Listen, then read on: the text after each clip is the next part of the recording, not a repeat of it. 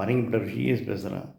இன்றைக்கி துப்புரவு பணியாளர்களை சென்னையில் கைது செய்திருக்கிறாங்க காவல்துறை. தமிழ்நாடு அரசு கைது செஞ்சுருக்கு. ஏன் துப்புரவு பணியாளர்களோட பேச்சுவார்த்தை நடத்தினா என்ன? பேச்சுவார்த்தை நடத்தாமல் ஏன் அவங்கள கைது செய்கிறீங்க? அவங்கள பணி நிரந்தரம் மூலம் தமிழ்நாடு பூரா இருக்கிற துப்புரவு பணியாளர்லாம் ஒன்றாயிட்ட என்ன பண்ணுவீங்க? இந்த துப்புரவு பணியாளர்கள் பணி செய்ய நிரந்தரம் செய்யப்படாத துப்புரவு பணியாளர்கள் அனைவரையும் நிரந்தரம் செய்ய வேண்டும். இது கண்டிப்பாக செய்து தான் ஆக வேண்டும். தமிழக அரசு அதை செய்யலைன்னா தப்பு.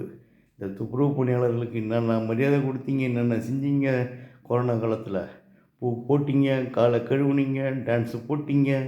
துப்புரவு பணியாளர்கள் தான் அப்படி கன்னத்தில் போட்டுக்கிட்டீங்க, தெய்வம் நீங்கள். அவங்கள என்னென்னமோ செஞ்சீங்க, சுற்றி சுற்றி வந்தீங்களே இந்த ஆட்சியாளர்கள், அதிகார வர்க்கத்தினர், அரசியல்வாதிகள். ஏன் அதை மறந்துட்டீங்க? இப்போ உங்களுக்கு அதெல்லாம் நம்ம செஞ்சவங்க அவங்களுக்கு நல்லது செய்யணும்னு எந்த அரசியல் கட்சிக்காரங்களாம் நினைக்கிறாங்களா? யாருமே நினைக்கலையே.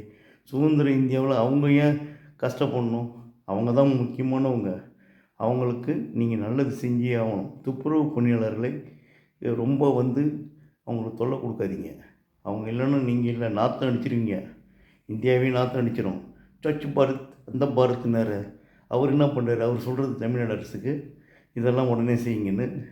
சுத்தமான இந்தியா வேணும்னா துப்புரவு பணியாளர்களுக்கு உள்ள மரியாதையை செய்யுங்க. அவ்வளோதான் நான் சொல்லுவேன். நன்றி, வணக்கம்.